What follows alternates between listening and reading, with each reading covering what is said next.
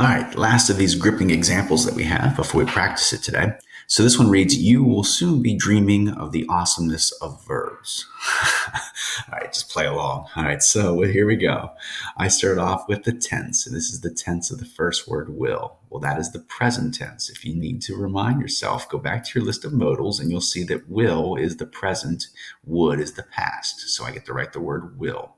And I do this as an example because I want to prove to you once again that there is no such thing as the future tense. There's just simply a variation of the present. So this is the present of will. I look for my modal, and as I said, we do have a modal, which is will. So I get to write the word will. Little plus sign. Looking for have plus en. Well, there isn't one.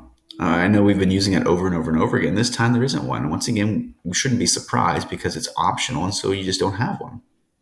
All right, and then I continue on. I look for a form of ing as I once again, I'm just kind of making my way down my rule. So here's the ing, dreaming. So I get to add in this whole structure, be plus ing.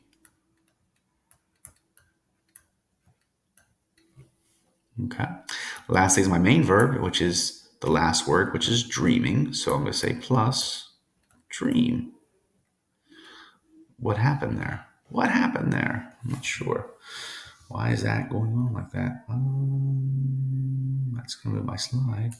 Can I undo that? No. I'm sorry why that drew that line like that, everybody. Let's see. All right, try this again. ing plus dream. Maybe it's just the way I was holding my pen. All right. So sometimes we'll pause and we'll say, wait a minute, you skipped the word soon. Well, part of our unit 2 is going to realize the word soon is not part of our verb at all. It's not part of the verb expansion rule. And that's how I know the word soon is not part of my verb. There's no way that the word soon would ever show up in this verb expansion rule. So as I'm working down the verb expansion rule, even if you originally thought the word soon was part of your verb, as you're building it, saying, okay, it's the tense, which is present, modal is will, there's no have or en, there's a be plus ing because of the word dreaming. I put the word dream in here. When I glue this thing back together, so just kind of follow along. If I glue it back together, I know that this is going to be, where's my pen? You disappeared. Oh, there you are. This is going to be the present of will, which is will. Here's an ing, which always goes to the next word. Remember, if you try gluing those together, you'd end up having will being dream, and will being dream does not make sense. But the tag always goes to the next word. So therefore, be is all by himself. So I could say will be, and then ing plus dream is dreaming. And you'd say, wait a minute, did it again. I'm just going to go with it. And then you'd say, wait a minute, what happened to the word soon? And by looking at the verb expansion rule, it proves to you that the word soon is not part of the verb.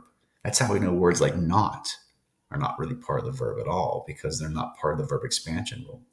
So the verb expansion rule shows us a couple things here. It shows us why words like soon are not considered as parts of the verb, but it also shows us that there's no such thing as the future tense. This is just simply the present of will. We're going to find that really the word will is a mood, but it's not really a tense. It's really telling us the mood of the verb will be dreaming as opposed to in the future. Anyway, that's kind of coming up, but not yet. Anywho's, all right, this is our last example that we have before we go into our worksheet. So what I want to do is I want to practice some of these. So we have a worksheet where 1 through 10, we're going to look at the verb and we're going to break it down to its mathematical equation. And then we have numbers 11 through 20, where we have it already broken down to its mathematical equation.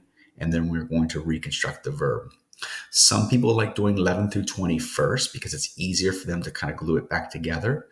And then going back to 1 through 20, 1 through 10, and actually deconstructing. It's whatever you want to do. It doesn't matter to me. But we've got to get good at this. There's not too many things in this unit. It's a pretty short, quick unit.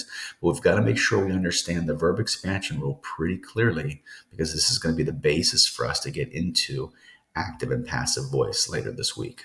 All right, so see what you can do with our practice worksheet.